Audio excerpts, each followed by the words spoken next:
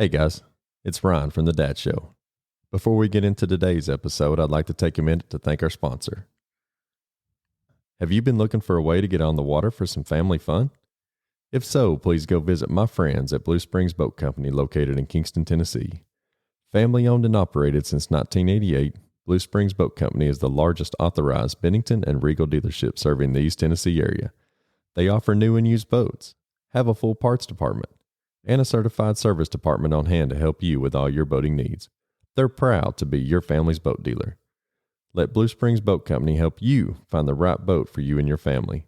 Visit them online at www.bluespringsboats.com or call 865-376-1472. Now, let's get to the podcast.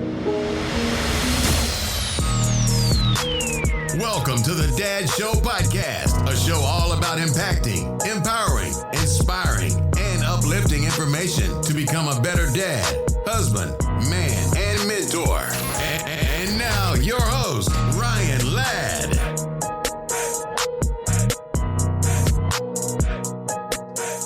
Welcome back to the Dad Show, everybody. I want to thank you for listening and for watching.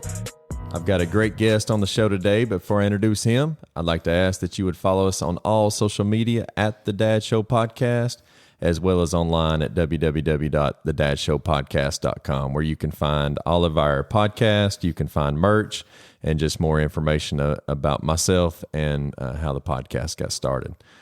I've got a great guest, like I said. His name is Jamie Elmore. I went to school with Jamie for a long time. Yep, long time. To say the least. Yep.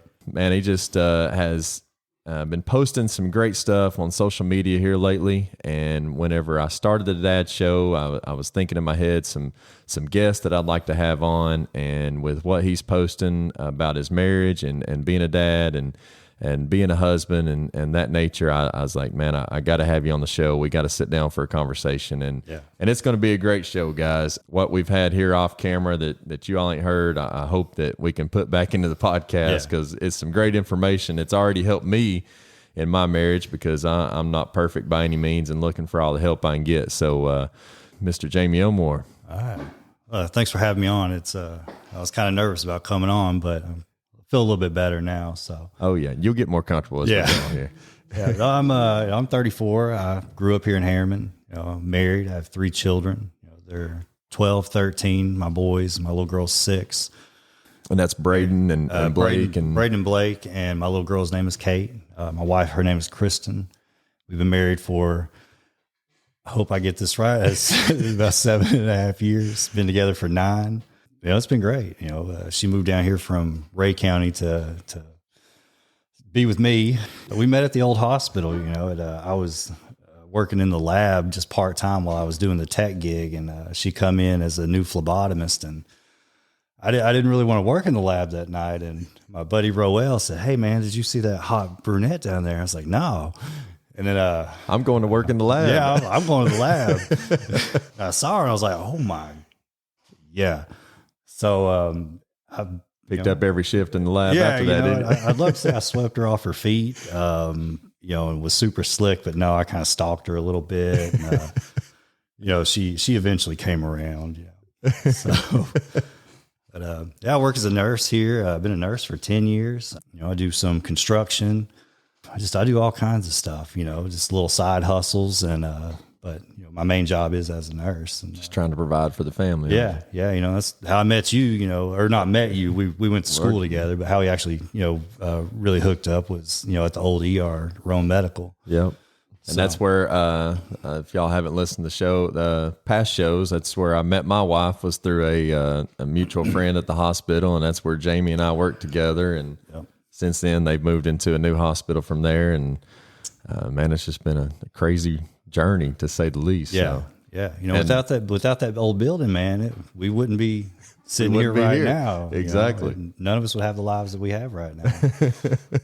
And y'all are also going to hear Jamie and his wife are taking a little adventure and heading to Maine. Yeah. And going to be a travel nurse. So we'll get into that in just a little bit. But first, I'd like to start off with you being a dad, man. You had your daughter Kate with your wife, but before that, was Braden and Blake that came into your life. So yeah. So, I started out as a bachelor, of course, as we all do, but I lived with a friend and, I don't want to say I was obsessed with her, but, I knew she had, the 2 boys and, so it's a big step at that age to say, hey, I'm ready to take this on. And, so I texted her one night just out of the blue and, I was like, hey, how's it going? She's like, who this?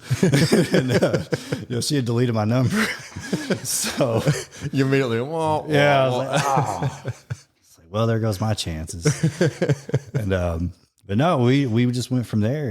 We were married fairly quickly after. We knew that, this wasn't something to drag out for years on end. We both knew that we'd be married. I told, a friend of mine way before I even texted her, I was like, that's the girl I'm going to marry. I told Roel at the old hospital, I was like, I'm going to marry that girl someday. That's awesome. Like, you watch me, it's going to happen. He's like, no, you're not. He's like, you're too ugly. He's like, your feet stink. You're too ugly. No, it's not going to work. She's not going to like you. Yeah. Now, take a look now. Roel. Yeah. So, that's kind of where we're at now. The boys are 12 and 13. It's been crazy journey of learning to become a dad and, working or being a husband at the same time and, getting used to kids and getting used to a new life. You go buy a home together, you move in, you're broke, early in our marriage, we had nothing. We had used furniture and our TV sat on a Lowe's cardboard box with like some 2x4s under it. Almost reminds you of the old days when they used to take the old or the new TV and put it on top of the old TV. Yeah, exactly. Yeah. But we survived it. We come together and we worked to make ends meet and kids were fine and fed. Some nights we had some not so appetizing meals, but we made it through it. And you also had some, as we're talking off camera, you had some other hurdles that you had to jump at. Yeah. So, early in the marriage, right after Kate was born, she started having, a little bit of postpartum depression, as a lot of women do. And as a young man, it's hard to identify that, because we're not emotionally ready for it, or mature enough. And we're certainly not trained on that. We don't know what to look for. So you just think like, man, why is she being crazy all of a sudden? And, crazier. Crazier. And then you react as a young man would, late 20s. It's like, why is she upset? Obviously you think, oh, I did something. Oh yeah. That immediately turns to the husband's fault. It's like, it's not that her brain is producing crazy chemicals right now and she can't, think straight. And she's trying to take care of this baby and breastfeed and, sleeping a couple hours a night while you in there just, catching Z's 6 and 8 hours a night. Wait a minute, you did that? What?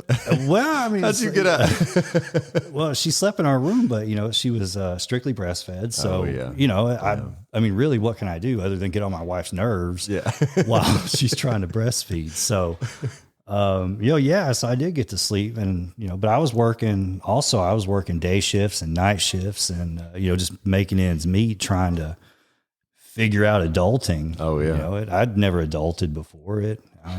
I lived with one of my best friends, oh yeah, exactly. And we goofed off every night. We didn't worry about that stuff. We paid our mortgage and our electricity and we just had fun. Yeah, exactly. You didn't have to worry about family finance back then. So, or having to worry about taking care of kids. And, and it's a full-time gig. And that's rough too. I know from my experience, my wife breastfed as well. And, so with her breastfeeding and always having a child, just on her, touching her, reaching for her, she didn't want anything to do with me. It was like, and you almost feel like, well, man, I'm not taking it personally. Yeah, exactly. Yeah. And then you have to back up and be like, no, this is, I understand, that. Yeah. But, back then we weren't able to process that. So then you become reactive and then you have all these fights that build off something that never should have been a fight in the first place. Exactly. If we had took the time to say, hey, you have this negative energy, what's going on with you, instead of like, hey, why are you tripping? I think a lot of fights would have been prevented. with those open lines of communication. And that was one thing that my wife and I learned in the hospital, was to have those main open lines of communication, to basically overly communicate, right, so that there's no questions asked, or nobody's sitting there wondering, well, am I good enough, or do I look good enough, do I look fat, or are they going out with somebody else, anything of that nature, that just takes that away out of the picture. Yeah, absolutely. And also during, like we were talking about off camera, my brother passed away during, kind of the height of that. I think, just off the top of my head, I think Kate was around a year old. I know he passed in December. She was so around a year old.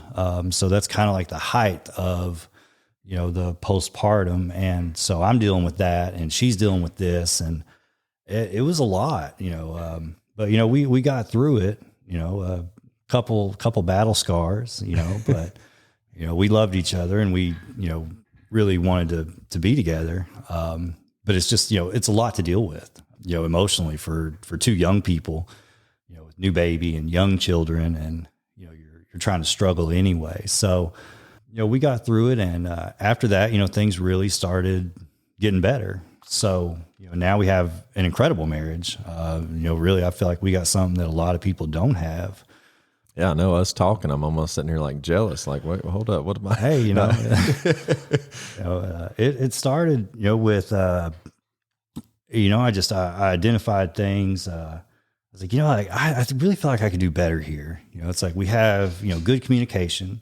It's like, everything else is good. We're stable financially. We're stable here. Where did that fire go that used to be there? When I used to go to the lab, she would just drop all her stuff and run across the lab and just, jump at me. And that was like the best part of my day. Oh yeah. And I was like, man, I want that back. And I was like, well, what are you going to do about it? And I was like, well, I don't know. So I started reading, and I started, just really listening to her, listen to, just really understand and not to respond. Once I started implementing these things, like we talked about, just take, 10 to 20 minutes a day. And this was more when I was working nights and she was on days. Like we'd have literally 30 minutes, and it's like high five out the door. I got to go to work. So she'd come home, and we'd just lay there on the couch or the bed or whatever, just kind of wrapped up. And some days we didn't talk about much at all. Some days we talked about a lot. But just getting that connection every day, really, really helped. And it just really kind of sparks that. Rather just in passing. And it's, you don't want to complain about your day when you only got 30 minutes. Yeah, exactly. It's like, God, baby, I don't want to go to work. And she's like, well, God, my day was miserable. It's like, no, let's check that at the door. Yeah. And let's have this time. We can talk about this later. We'll talk about it later. Yeah. You text me later, tell me about your bad day. It's fine. But just that was a good segue into, really opening up lines of communication and getting that intimacy back into your marriage, because when you're working full time and you've got kids, especially as they get older, they have more needs, Kate being 6 now, she's a lot more active. So you don't want to lose your marriage in the middle of kids. Yes. Because at the end of the day, your wife is number one. Exactly. The kids are going to grow up. They're going to go out. And then when they leave, you're just going to stare at each other and like, hey, what's for dinner? And, you don't want to do that. I saw this meme once, and it's like marriage is just a series of texts asking what we're going to get at the grocery store. And I was like, man, I don't want that. It needs to be more than that. It needs to be deeper than that. And of course, we still text every day, and it's like, hey, what are you getting at Kroger today? But isn't that the hardest decision? It is. Let me tell you, man, my wife, I love her, I swear, but it's like, just surprise me, or just, she'll tell me these random items to get, and then you just freak out. You're like, well, what if she wants Cracker Barrel? What if she wants Zaxby's tonight? Like, I don't know. I'm going to make a bad decision here. Well, and you're trying, that's a lot it's not a lot, but really when you're in the, field of battle on that, I'm telling you, man, I want to be the best husband I can be in every aspect. Yeah, all the time. Whether it's going to McDonald's or going to Cracker Barrel or whatever. So you want to make the right decision all the time. Yeah, we want to be on point 100% of the time. We fall short of that, but we really try. And I really do all the time. You just kind of like everything you do, you just kind of do it, for her and with her in mind. And I think that really helps out, in your day-to-day decisions. And it sounds to me, building a team, right. Between you and your wife and really marriage, part of it, I think is I hate to say a business, but really you're building together, you're, really your finances are together, your home is together. So you do have that business side of it. You have to have a solid teammate. You don't want somebody that you just butt heads with all the time. You can be super intimate, but this part of your life, you don't jive. Yeah. So, it's an all inclusive thing where you have to just really have, you don't have to have the same goals, but very similar and at least moving in the same direction. Yes. So, and you'd mentioned that, you got to reading. Was there any particular books or anything that you read, or was there are, I can't remember the author of one. One is called The Intimate Marriage. It's more of a more biblically based book on marriage. And then of course you have, the Love Dare and the 5 Love Languages, which I think everybody has read. Or should read. Yeah, they really should. The Love Dare, if you don't want to go into all that, just, watch the movie. But after you watch the movie, you really need to read it. And I think 40 points may not be applicable to your scenario, but pick out some and, really try to do those things. And with the love language too, my only problem with it is that,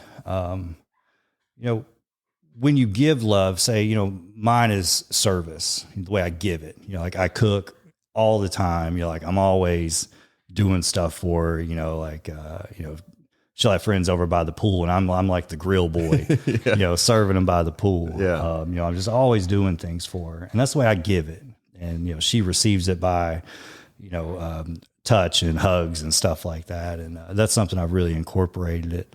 But I think it's really hard because we're basically, my wife and I are vice versa on that. Exactly what you just said. She's more service and I'm more touch and everything else. And so, if you don't understand those concepts, it's really hard. Well, the problem that I was talking about was that I think that people need to understand and learn how to receive it in the way that it's given. So, me doing all these things, it's the way I'm showing it, but I don't think that you can necessarily just not receive it whatsoever. Yeah. So I think that, if you really have the open line of communication, you can say, okay, he's really, putting effort here. He's trying, I'll get my hug here in a little bit, let him do his thing right now. He's loving me in his way. Yes. So now I think she's finally come on board with it, 'cause I'm always doing all these little things, So I think, just being able to receive it as well as give it in your way is very important. And it's work. Like, we had stated earlier that, whenever my wife wakes up and she's not all dolled up and pretty, I still tell her, you're gorgeous, you're beautiful. Yeah. And, that's not a position that you would normally tell your significant other that, usually it's whenever they're all dolled up, they just got ready to go out for dinner or whatever. And, but by doing that, I feel like that at any situation, she's going to feel as beautiful as she possibly can. Right. And at any point. Yeah, absolutely. And, just really instilling in them that you're their safe spot, that you don't ever have to worry about me, either, whether it be at the extreme, stepping out or, not loving you in certain situations, and I've told her before, I was like, I got eyes for you only. It's like, you can see an attractive girl at Kroger, but if you're in the mindset of, this is my wife, like this is all I want. Like, you're not even thinking about, little blonde girl at Starbucks. I mean, you can say, she's a pretty girl. Like, she's attractive. Like, okay, I need to go get my bread now. But I'm not going to sit here and gawk and stare and, all that. Yeah, as married men, we got to get away from that. I see all these guys on social media. I'm in several different men's group, and one is called like Men's Retreat from, it's like Marriage Men's Retreat, something like that. Then a couple that have like marriage problems, and then some where we just discuss marriage. It's unbelievable how many men are on there talking about cheating on their spouses, and they're, they're really kind of bragging about it, or they'll post pictures of, women in, lingerie or stuff like that. And it's like, man, would you do that if she was looking? Like, how do you think you're making her feel right now? Yeah. We got to get away from that as men. We can't do that. It's an over sexualized society anyway. Yes, for sure. Like, how are you going to make her feel if you're posting stuff like that? Most women have body image issues anyway, men too. Yes. Well, you and I were talking earlier, we both used to be, 6-pack abs. Hey, the dad bod's in. Dad body's in, so we all struggle with, body image issues. The only reason I ever got 6-pack abs in the first place was because this one nurse always called me skinny. And I was like, I'm going to show her. I'm skinny. I'm going to have 6-pack. And then, probably about a year later, she had made a joke and I just kind of lifted up my shirt. I was like, so, if you're back in your bachelor days. Yeah. Way back then,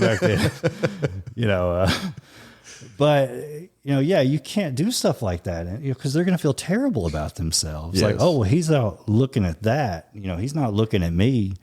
And that's a terrible way to go. I mean, you're going to make somebody, the most important person in the world to you, you're going to make feel like absolutely nothing. Yeah. I mean, well, think about it in a sports aspect. If you tell your quarterback, dude, you're terrible, you're never going to complete a pass, I don't even know why you're out here. Yeah.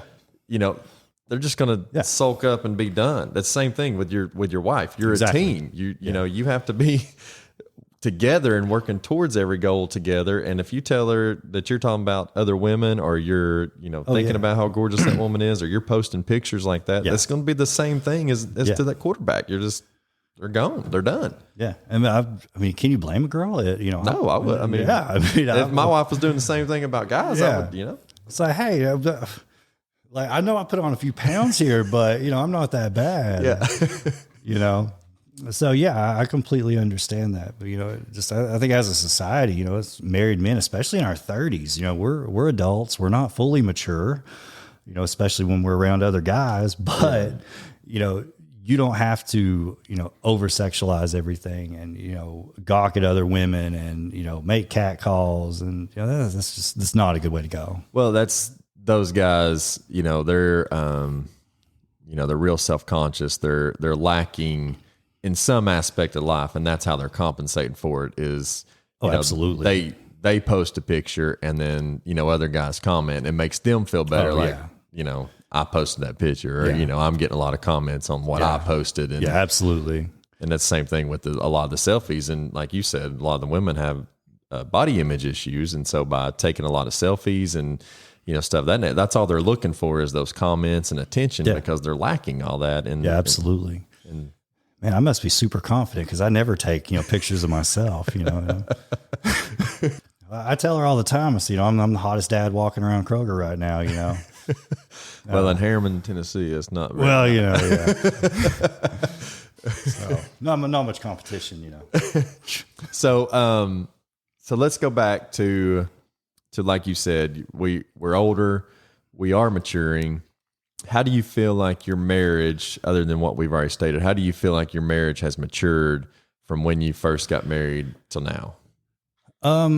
Through all the things that we did deal with early on, with what we've already talked about, let's look at like the last 3 years since we, are in our current home and we're a little more settled.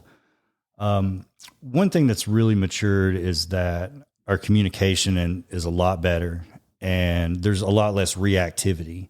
So if she's upset about something, I don't just pick up on a negative energy and respond negatively.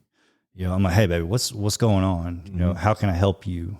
And I don't just throw solutions at her. It's like, well, if you do this, this, and this, then this is not going to be a problem. So therefore, what you're saying is it's not that important.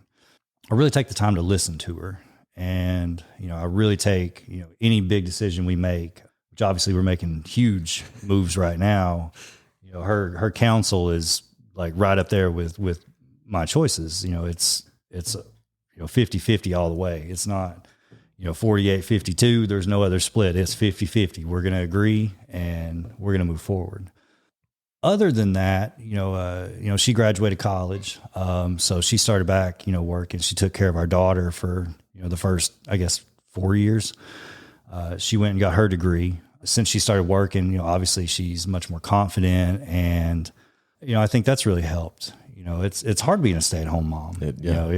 You're watching, Mickey Mouse Clubhouse all day long, and you're hanging out with kids and grabbing at you. And, your husband's working nights and days and, out building decks, and, you don't get that adult interaction. Yes. So, there've been several things where we have matured the last few years, and especially the last, I'd say 6 to 8 months. It's just really being intentional with everything that I do in our marriage, and, being a parent and being a provider. It's all been extremely intentional. Mm-hmm. And I think that's what's helped. So, and I think like what you was saying there, be intentional with, yes, you have kids, but you also have your wife as well. And, right. And have to spend time on your marriage.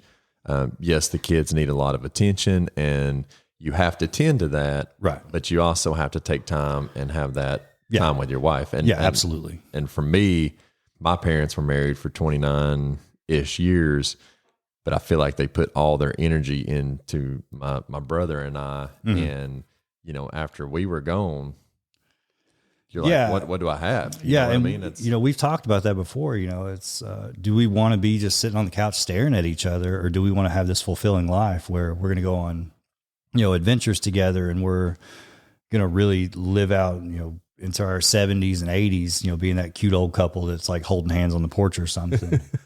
So you got to work on that now. You have to build a foundation. You can't put a roof on something that's not framed up. Exactly. So that's something that we're really working on, and we work more and more every day. And, this, trip coming up, it's just going to get, better and better. I mean, it's going to be just us against the world up there. We don't have a support system. So it'll be me and her relying on each other. It's going to be hard, but with the foundation that you've built now, right, it's going to, like you said, you're going to be able to build on that and just keep growing. Yeah. And you got to keep building. You can't slack up. And, you can't just go for a year and be great and then take a year off, I'm good. It's like, no, you gotta keep our attention. Continue on that. Yeah, and it's exactly. a continuous job. So how do you feel you've hit the hard times with your wife's postpartum depression, and then one of the boys is partially diagnosed with Asperger's? Never formally diagnosed, but just adjusting your parenting style to react to his emotions. It was a challenge for us. Like I said, all three of them are so different. Blake is the cool kid, and really we just kind of joke around with each other, and it's kind of a fun relationship. And Braden and I have that too, but you have to approach things differently with each kid. Braden is super emotional, so you have to really approach him differently. Kate, you have to approach her softly, because Lord, her feelings will just fall to her feet with any type of discipline. So, I think having a blanket parent style is just not, it doesn't work. Mm-hmm. You can't just say comply. You really have to adjust your methods, and you have to, be compassionate toward their needs. They're going to do some dumb stuff, and they're going to make you mad, and you're going to react. We did the same thing. Yeah. We did done stuff and made our parents mad. And it's going to happen. So, I think adjusting, the way you react to them and showing them some respect, even if it's something that you've told them 10,000 times to do, the simplest things, just my blood pressure's raising right now thinking of a few, you have to be, kind of the enforcer, but at the same time, they're kids, so you gotta have some bit of compassion for it. Exactly. They're going to mess up. They're going to screw up. Yes. And it's important to guide them if they do something just straight up defiant or mean or something, we're going to discipline, we're going to take care of that. But if they screw up, and it's because either they have misinformation or they just don't know any better, then that's where you kind of correct and guide them. Mm-hmm. So, and I'm still working on that too. I'm not super dad by any means. I'm not super husband. I'm still working on myself. Well, that's what we said. Like these conversations is going to help all of us. Exactly. None of us are perfect, and we're not going to be. We're going to continue to fail all the time. Yeah. But through these conversations, we can pick up bits and pieces and become better. Yeah. If we could just plant the seeds, just these small little seeds in people. And that's kind of what I've taken, from just either quotes or reading books or seeing other people's, Facebook posts and groups. You pull little seeds from everything and you kind of adjust it to your life and how can you implement it to make our life better? Yeah. Do you feel that going through the postpartum depression, going through the loss of your brother, and going on the continuous journey with Braden with his Asperger's, do you feel like that has made you and your wife be able to take a lot of the smaller things and be like, no, that's just stupid, we're not going to deal with it, because you've already been through these bigger things? We try to be big picture thinkers. The small things, I tend to deal with things a little bit more calmly. She's great in dealing with things, and she deals with a lot. She's there, at home. Right now, just because we're about to move. Yeah. But yeah, I do think so. And it's really was a slow evolution and just kind of understanding what's going on. And, we tried to parent him the same way we parented the others, and it just didn't work. And so we just kind of slowly found little methods. And then it just finally clicked one day in my head. I was like, we got to do this different. And, her and Braden, Lord, they butt heads. And so he usually just, deals with me. They get on each other's nerve, love their hearts. They love each other like crazy, but they drive each other nuts. Well, that's a mama's boy too. Yeah. He loves his mama more than anything, but he just gets reactive, and it's like, okay, let's check ourselves real quick. Let's take a 5-minute break. Let's chill. And I'd say that's a pretty big hurdle, because you want to, like you said, have a blanket parenting policy, but then you're like, it won't work. I can't. Yeah. Well, you got to check yourself too. It's because you're upset because there's, people are upset in the house and you want to react and you want to solve the problem. Yeah. But if you react the wrong way, then the problem's going to get worse. Yes. So, I've really tried to take that approach, and it's worked, most of the time it works. Sometimes just everybody's got to walk away, go have a spoon of ice cream, go do something. We'll address this later after dinner. And I'm sure it's easy to get caught up in that, to want to, it's a whole lot easier to continue driving straight down the road than it is to turn off on a side road. Yeah. And just like you were talking about the guys earlier in the Facebook group posting, those pictures. Yeah, it would be a whole lot easier to just comment and go along with the flow rather than putting the brakes on and saying, no, this is not right. We should not be doing this. And I'm not going to get involved in that. Yeah. Yeah. And, I did say one time I made a comment on there, and I was like, hey, like, I know this is men's retreat, but, do your wives not ever pick up your phone?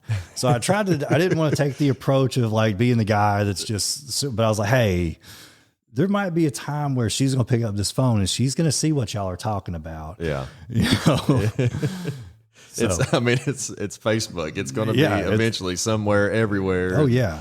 Yeah, absolutely. She will find it. Your wife is going to pick up your phone at some point in time. Even if it's like, hey, check that text message, see who texts me, or, she's going to gain access. So you don't want that. And I don't know about you, but my 3-year-old, my 6-year-old all the time want to see my phone. Oh yeah. And you definitely don't want them to see that kind of stuff. So like, Daddy, who is this woman you're posting about? Oh, that's my coworker. It's going to get brought up in the car on the way to Kroger with the wife. Like, I was on Daddy's phone. That's when you go get a stream of text messages. And then all that that you've worked toward just goes out the door. Falls out because you wanted to post a picture of some girl. Just throw your life away for something so silly. Yes, exactly. So I want to touch back on Kate and Braden and Blake. What do you feel like is the best part of being a dad to them? One is that you're a superhuman to 3 people. I know I'm a pretty okay guy, but to these 3, you are like, you wear a cape around, especially Kate, like she just thinks I hung the moon. Yes. Like, Daddy can fix anything. He could beat up anybody. his feet don't stink. Yeah. Even though she's kind of mean to me sometimes, but and, She got to keep you straight. Somehow. Yeah. I mean, you're guiding these three little humans into the world, and I don't make them become me. The boys, they don't have to become builders or nurses, or I really encourage them to go on their own path and explore their own interests. So I think they respect me for that. I'm not the "you will comply" type parent. Like we were talking about, off the air. I'm their friend first. Really, quite frankly, like I'm best friends with all three of my kids, and I will guide them. I'll discipline them, but just having that individual relationship with each of them and not having that blanket parent style, it really kind of encourages that, because each one knows that you're tailoring to their needs. Yes. And you're really listening to them. So to them, like, you're just the greatest thing in the world. So that's probably the best part about being a dad. Kate, love her heart, she has been attached to my hip since she was born. It's amazing how girls do that. Yeah. The staff at Lowe's, like, they've watched her grow up, so there's some employees that have been there since, she was born, and they've literally watched her grow up. But she would, when she was little, she's like, "Daddy, let's go to O's." All right, baby girl, let's go. And do they love the hot dogs? Man, my kids absolutely. They want to eat them. Really? I know, and they're the best hot dogs. They are. They're so good. Shout out to Paul with Dave's Doghouse down there. Yeah. It's if you're in Harriman, please swing by on the weekend and get you a hot dog. AKA Lowe's Dogs. Lowe's Dogs, yes, for sure. They are amazing. Oh, they're so good.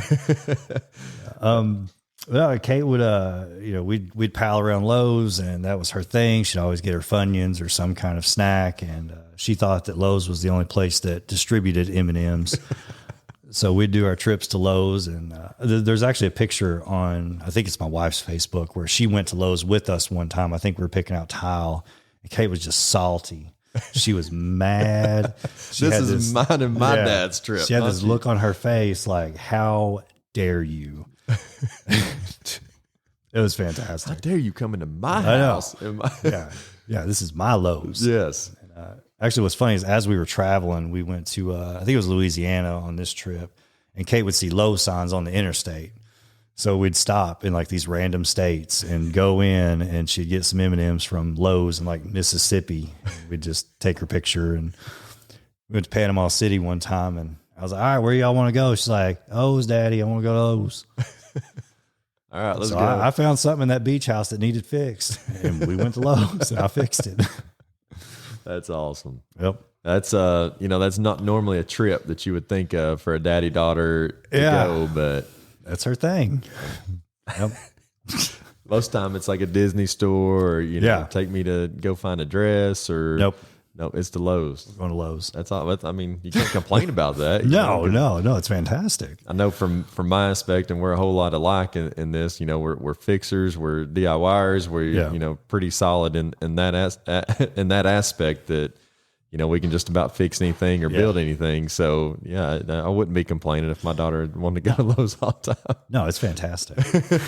She doesn't so much anymore, and I'm not going to say that it breaks my heart, but she's like, "No, Daddy, I don't want to go." I was like, "Are you sure? Like, they still got Funyuns and M&Ms." She's like, "Oh, you could pick me up some." I was like, "No, that's not how this works." It's like, "You're gonna rip my heart out, and then you're gonna make me still get you something." Yeah, exactly. Rude. So bringing up Lowe's and us going to Lowe's all the time, I'm into woodworking as well, and I know whenever I'm working on a project, it's just great, clear my head. I've got my earplugs in or my AirPods, whichever. It's just like I'm out there by myself and doing what I do. Yeah, it's great me time. So is that what woodworking is with you as well, or? Yeah, sort of. I don't really take just a lot of just me time. Because really, quite frankly, I don't feel like I need it a lot. Yeah. But yeah, woodworking for me is that. But usually I'm building something for somebody. Yeah. So, and the satisfaction of that is really good. A lot of my Christmas presents I'll build. I don't like to just go buy Christmas presents. It's like, I have no idea what Ryan Ladd wants for Christmas. Like, do you want a foot massager? Do you want, like you don't know what people have. So if you can build somebody something, if I were to bring you in,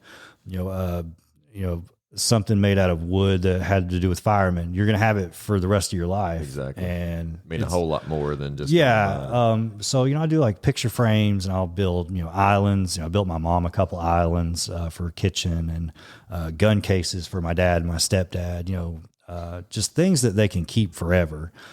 And so to me, that satisfaction is really cool. Is being able to build stuff for people. And also it is a good way to just kind of clear your head. It's by no means, woodworking is not a sustainable business on my, it's a hobby that pays for itself. Yes. But you can't charge the amount of time that you put into something like that. So, and mine is not a paying gig. Mine is my wife says, well, I want this kind of table or something, and I can't find anything to fit. So you build it? I have a lot of that too. My wife is, I call her the pointer. She's like, I want that painted that color, and I want that built there. You can take down the plaster and this, and sorry, yes, baby. So it's not paying for itself; it's just saving you a lot. Of money. Doing the projects for other people, it pays for the hobby and my tools and such, and maybe some of her projects too. Oh yeah. Stuff just isn't built that you buy from the store like the way it used to be. And so I tell my wife, I'm like, I mean, it's going to save a lot of money, but I'm going to be able to build it a whole lot better than what I can go buy in the store. Yeah, exactly. You spend half the amount of money. The quality is incredible, and you're eating dinner on a table that you built for your family. Yeah. And you're building tables for other families, and they're going to, gather around your table. Somebody's going to say, hey, where did you get this table? They're like, oh, hey, he built it. Yes. So that's really cool. I like to do pieces like that. I built a couple islands this past Christmas for people. And one guy, he did it to surprise his wife. So I came over and measured while she was at work, and then I delivered it while she was at work. So just, and she, thank God, she loved it. I said, man, that'd been my luck. I said, man, what if she comes home and she doesn't want this here? Then just to mess with him, I was like, what if you picked the wrong paint color? It's like, I'll paint it. I'll redo it, whatever I got to do.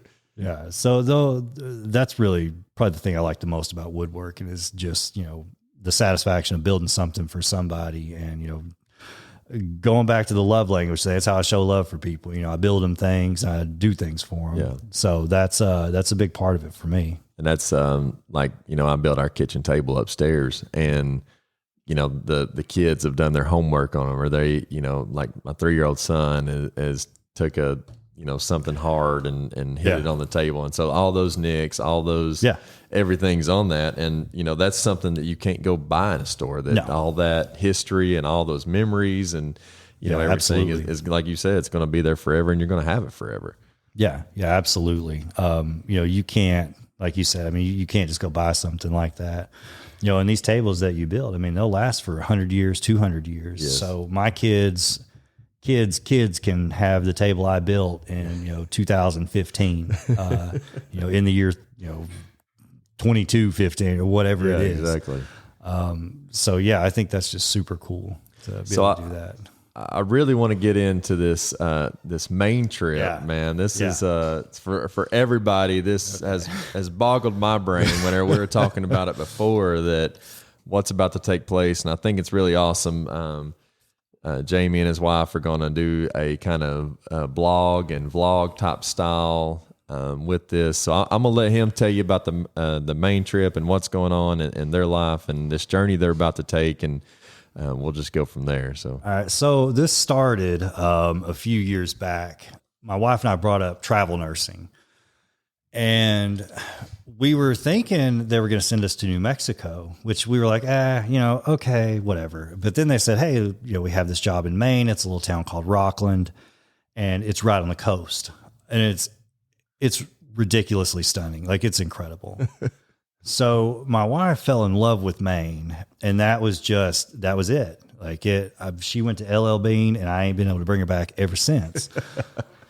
So it's come up randomly. We did a 3-month assignment. It's come up randomly, just in conversation, like, hey, we took one trip up there. And and that just reignited that fire. But, every now and then we'll be talking and she's like, yo, it'd be really nice to see Christmas in Maine or, Christmas in Camden or, his LL Bean catalog is great in the mail, but, walking my dog into Freeport, Maine. So she started pushing it a little bit the last few months. And I was like, you know what?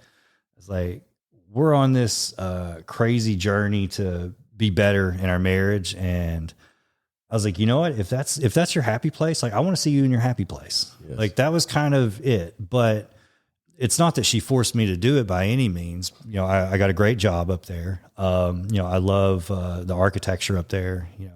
The cold doesn't bother me. Here in the summer when it's 90 degrees and 90% humidity, you can only take off so much. Yeah, exactly. I can add layers up there. Yeah.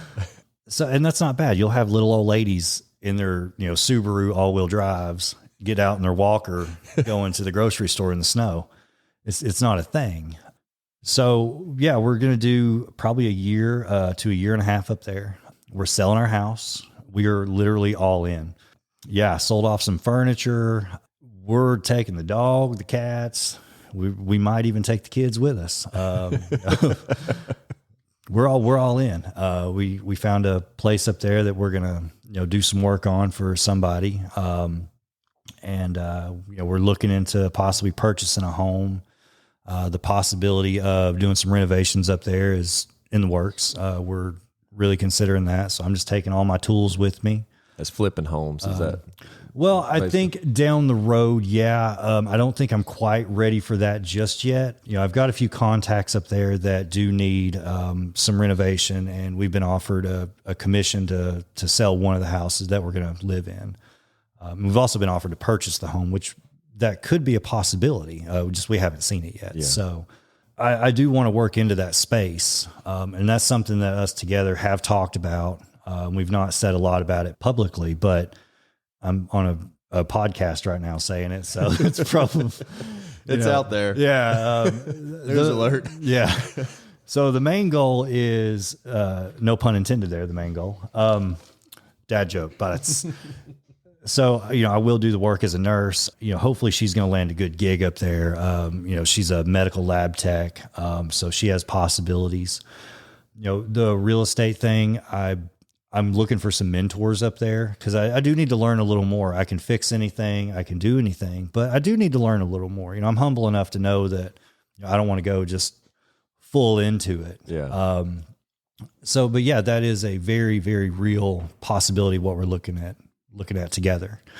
So we'll have, our separate jobs, as a nurse and a lab tech, and then we'll have a business together. And I think that's going to be a lot of fun. Yeah. Especially the team you've already built here, it's going to be. Yeah. And when we talk about the blog, that's something that I've never done it before. This is my first time ever being on video, doing something like this. So the content is going to be kind of sketchy at first.